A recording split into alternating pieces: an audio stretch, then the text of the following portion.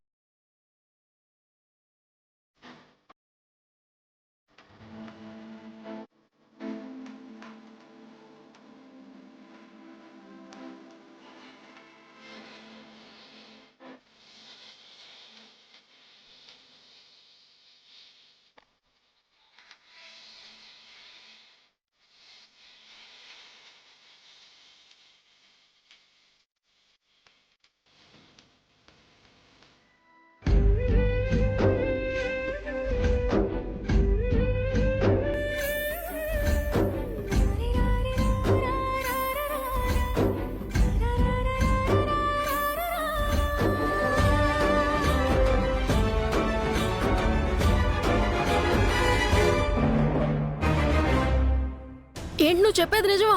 అవును నిజం. మిస్సమ్మ అమ్మ ఫోటోని తొక్కి బయట పడేసింది.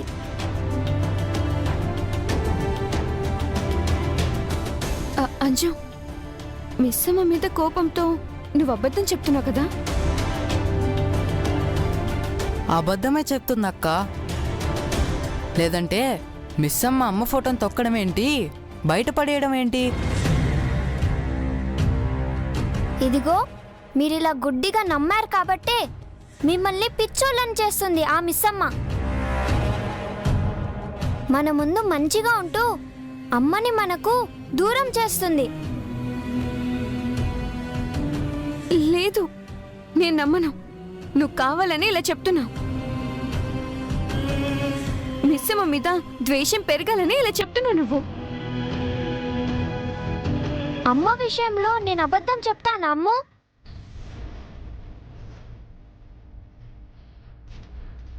లేదంజు, కానీ నువ్వు తప్పు చేసిందని చెప్తుంది మిస్సమ్మ గురించి. మిస్సమ్మ మన విషయంలో కానీ అమ్మ విషయంలో కానీ ఎప్పటికీ అలా చేయదు. అవునంజు, అమ్మ స్థానం కావాలనుకుంటే మిస్సమ్మకి ఎంతసేపు చెప్పు, కానీ తను ఏ రోజు అలా ప్రవర్తించలేదు. మీరు నమ్మినా నమ్మకపోయినా నిజమైతే ఇదే. నువ్వు చూసావా? మిస్సమ్మ అమ్మ ఫోటోని కింద పడేసి తొక్కడం నువ్వు చూసావా? మిస్సమ్మ ఫోటో తీసుకెళ్లడం నేను చూసాను. లాన్ లో ఫోటోని కింద పడేసి తొక్కడం మనోహరి ఆంటీ చూసింది.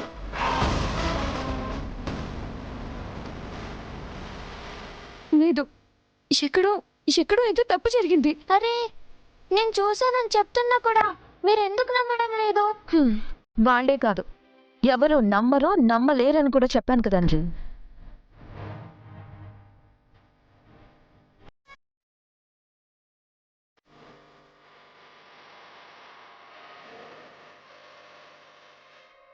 కళ్ళతో చూసిన నీకు నాకే జరిగింది నమ్మడానికి జీర్ణించుకోవడానికి టైం పట్టింది.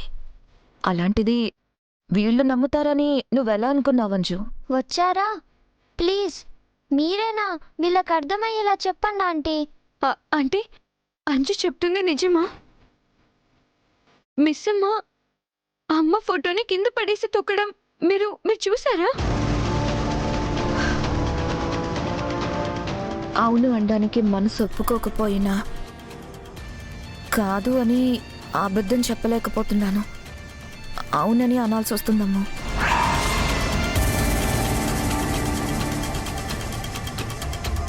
నిన్న రాత్రి మిస్సమ్మ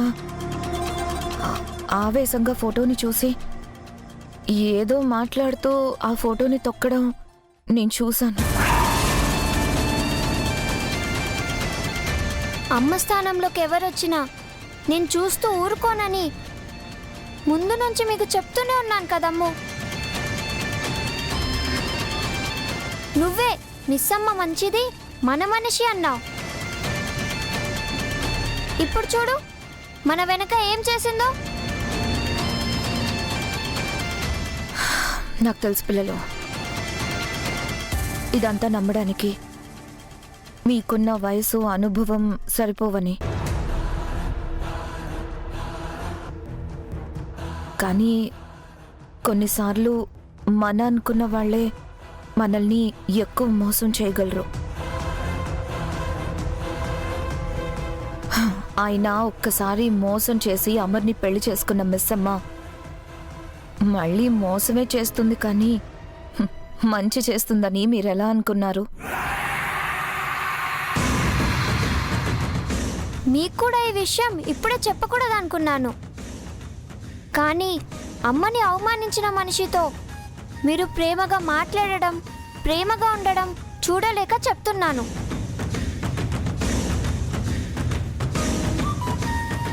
ఇదే నిజం. మీరు నమ్ముతారో నమ్మరో మీ ఇష్టం.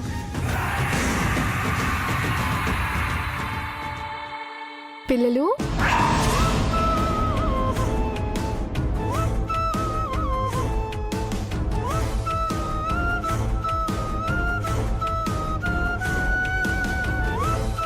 రెడీ అయిపోయారా?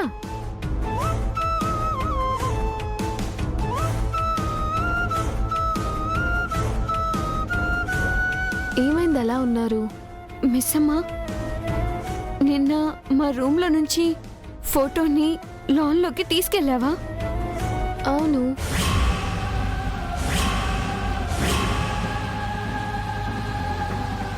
తప్పనిపించలేదా మిస్ అమ్మ?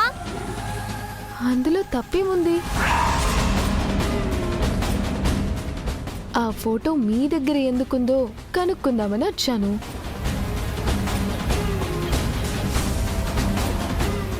అయినా ఆ ఫోటో ఉండాల్సిందే అక్కడ కాదు, అందుకే అది ఎక్కడుండాలో అక్కడికి చేర్చేశా.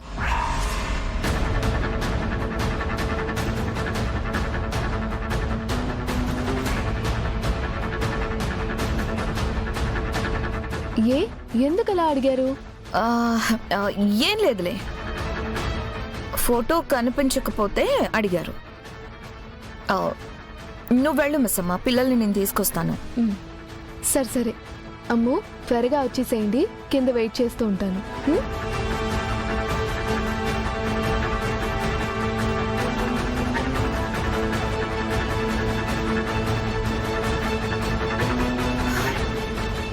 జరిగింది ఎవరికీ తెలీదని చేసిన తప్పుని ఎంత గొప్పగా చెప్తుందో మీరే చూశారు కదా.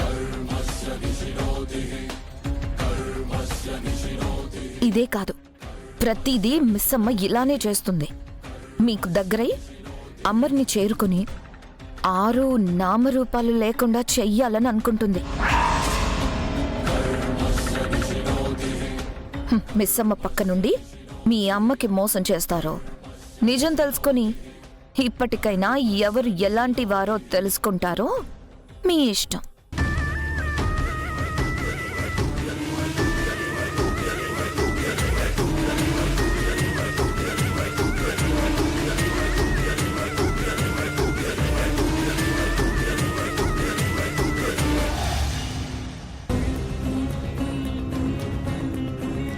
ఆ మనోహరి అంజుని అడ్డు పెట్టుకుని పిల్లల మనసు మార్చి మిస్ అమ్మని ఇంట్లో నుంచి పంపించాలని చూస్తుంది గుప్తా గారు. ఇది మిస్ అమ్మకి ఎలాగైనా తెలిసేలా చేయాలి. అది నీ కర్తవ్యము కాదు బాలిక. ఎప్పుడు ఏమి జరగవలెనో ఆ జగన్నాథుడే నిర్ణయించదడు. నీవు జరుగుచున్నది వీక్షింపుము చాలు.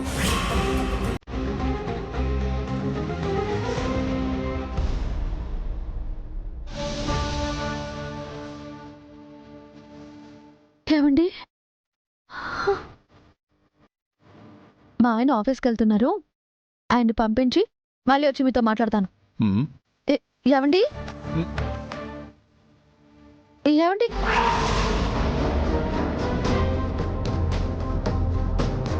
ఎందుకు ఇంత డల్గా ఉన్నారు? ఏమైంది దీనికి? ఏమండి? సార్ ఏమైంది సార్? జాగ్రత్త. ఏం కాలేదు రాతాడు, చూసుకోలేదు. మీరు చూసుకోకుండా నడుస్తున్నారా? ఏమైంది సార్? దేని గురించి సార్ అంతగా ఆలోచిస్తున్నారు? నా గురించి, మిస్ అమ్మ గురించి.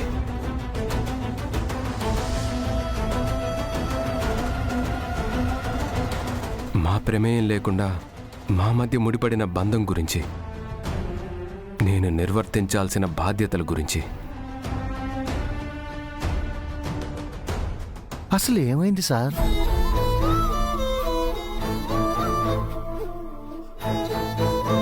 మిస్సమ్మతో నువ్వు మొదలుపెట్టబోయే కొత్త జీవితం కోసం నేను మీ అమ్మే కాదు, పైన ఉన్న ఆ అరుంధతి కూడా ఎదురు చూస్తూ ఉంటుంది.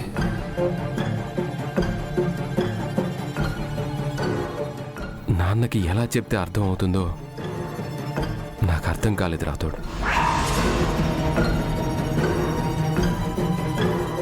సార్, మీ దగ్గర ఇన్నేళ్లుగా పనిచేస్తున్న చనువుతో మీకు ఒక విషయం చెప్పొచ్చా? చెప్పు రాథోడ్. పెద్దయ్య గారు చెప్పింది కూడా కరెక్టే సార్. గతంలో ఉండి భవిష్యత్తు గురించి ఆలోచించలేము సార్. పెళ్ళనే బంధంలో ఇద్దరూ పరిగెడితేనే కాపురం ముందుకు సాగుతుంది.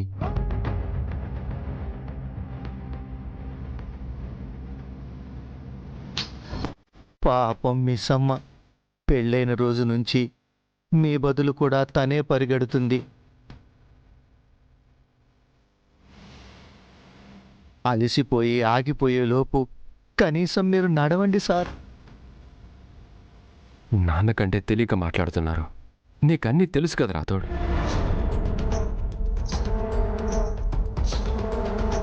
మిస్సమ్మ గురించి, నా గురించి, ఆరు గురించి, మా మధ్య ముడిపడిన బంధం గురించి అన్నీ నీకు తెలుసు కదా.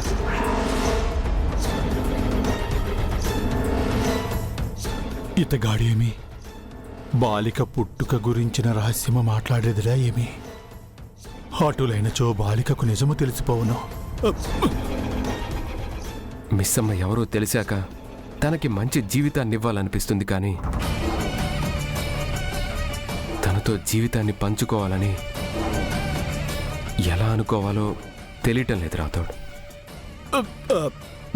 బాలిక, వారిరువురూ ఏవో బాధలను పంచుకొనిచున్నారు. మనమెందులకు ఇచ్చట ఉండుట? వెళ్ళదము పద. అరే, బాధలు కాదు గుప్తా గారు, వాళ్ళిద్దరికే తెలిసిన విషయాల గురించి మాట్లాడుకుంటున్నారు. మీరు ఆగండి, అదేంటో తెలుసుకుని వెళ్దాం. అది నీవు తెలుసుకొనకూడదనే కదా నా ప్రయత్నము. ఈ ఇద్దరు మాట్లాడుకొనుచున్నప్పుడు ఇట్లు చాటుగా వినుట సరికాదు. వెళ్ళదము, వెళ్ళదము పద. మీరు ఆగండి గుప్తా గారు, వినండి. ఆరుని దాటి జీవితాన్ని చూడలేకపోతుంటే ఇప్పుడు ఆ జీవితాన్ని మిస్సమ్మతో కలిపి పంచుకోమంటే ఎలా రాథోడ్? నిజం తెలిసిన నేను ఆ పని ఎలా చేయగలను?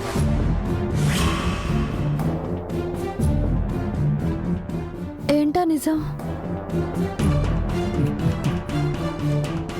మీ బాధ నాకు అర్థమైంది సార్. కానీ మేడం గారు ఏ లోకంలో ఉన్నా నిజం తెలియగానే ఇదే కోరుకునేవారు సార్. మీరు మిస్సమ్మ చెయ్యి పట్టుకొని జీవితాంతం కలిసి నిలబడాలనే కోరుకునేవారు సార్.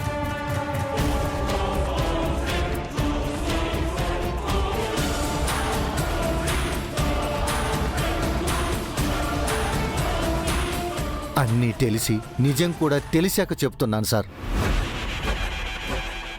మేడం గారి తర్వాత ఈ ఇంటి కోడలుగా మీకు భార్యగా ఉండే హక్కు ఒక్క మిస్సమ్మకే ఉంది సార్.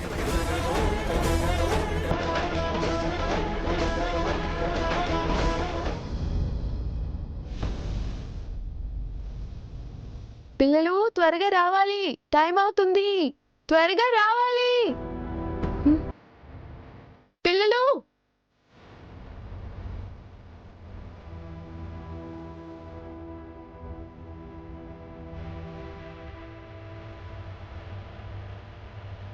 ఏంటి అందరూ అలా ఉన్నారు? Good morning.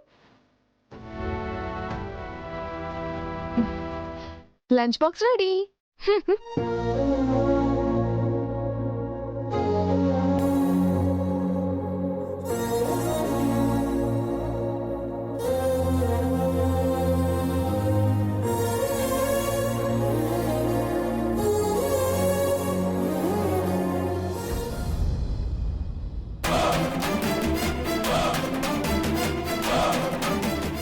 అయ్యయ్యో,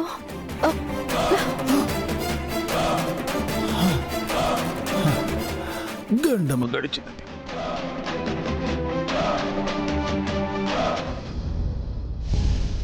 కార్తీ రాథోడ్. అలాగే సార్.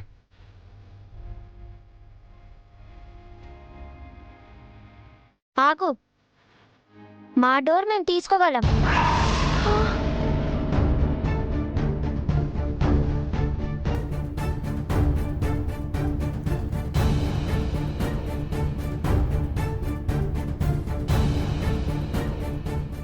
పిల్లలు బాయ్. పిల్లలు బాయ్.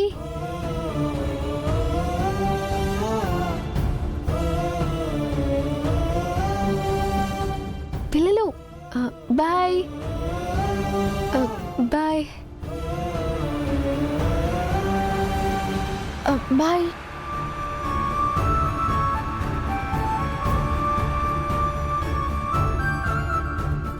పిల్లల్లో సడన్గా మార్పు వచ్చింది.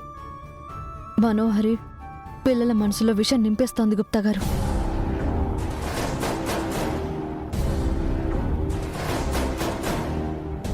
ఆగు మనోహరి.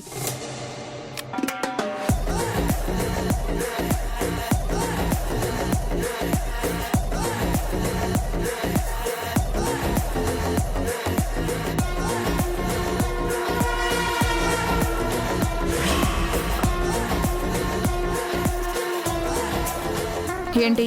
పొద్దునే పిల్లల రూమ్కి ఎందుకు వెళ్ళా? నేను వచ్చేసరికి వాళ్ళతో ఏదో మాట్లాడుతున్నావు. మాట్లాడడానికి మాట్లాడాను. ఏం మాట్లాడావు? దేని గురించి మాట్లాడావు? అసలు నీ గురించి నువ్వేమనుకుంటున్నావు మిస్సమ్మ? నువ్వు మోసం చేసి అమరేంద్రకి భార్యవయ్యావేమో కానీ ఆ పిల్లలకి తల్లివి ఎప్పటికీ కాలేవు. ఆ పిల్లల మీద నీకెంత హక్కుందో నాకు అంతే హక్కుంటుంది. అయినా మాకు 1,00,000 ఉంటాయి. వాళ్లతో మాట్లాడిన ప్రతి విషయం నీతో చెప్పాలని రూల్ ఏమైనా ఉందా? నువ్వు మంచి మాటలు చెప్పేదానివైతే నేను నిన్ను అడిగేదాన్నే కాదు. ఆ పిల్లల మనసులో మళ్ళీ ఏ విషబీజం నాటావో ఏమో అని నా అనుమానం. అలా చేయాల్సిన అవసరం నాకేంటి? ఎందుకో నీకు తెలుసు, నాకు తెలుసు. ప్రత్యేకంగా చెప్పాల్సిన అవసరం లేదనుకుంటా. చెప్పు, ఏం చెప్పి ఆ పిల్లల మనసు చెడగొట్టావు? తెలుసుకొని మాట్లాడు, ఊహించుకొని కాదు.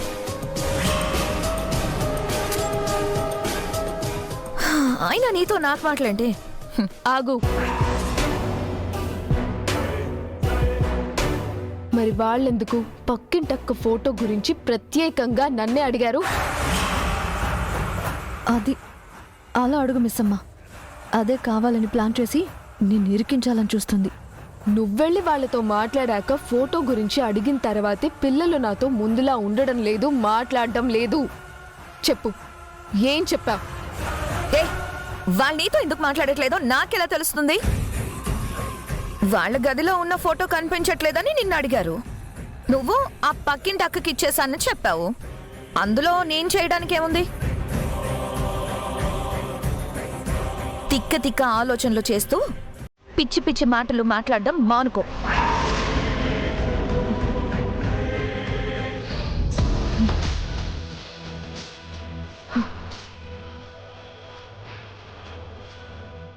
లేదు, ఖచ్చితంగా మనోహరిని ఏదో చేసింది. కన్ఫర్మ్గా ఏదో ప్లాన్ చేస్తుంది.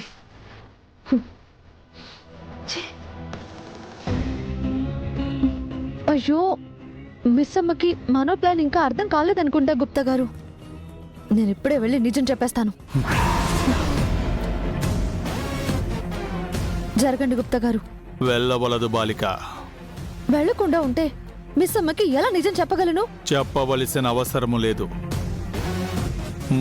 మరల విధికి ఎదురు వెళ్ళవద్దని చెప్పి తిని కదా. నీకు శక్తులు వచ్చిన పిమ్మట నీవు చేయు ప్రతి తప్పిదమునకు శిక్షలు అధికమగును. తెలియను కదా, తప్పిదము నీవు చేసినను శిక్ష నీ కుటుంబము అనుభవించునని. నీవా బాలిక ప్రణాళిక గురించి చెప్పినచో ఈ బాలికకు ఆ చిత్రపటము నీదేనని తెలిసిపోవును.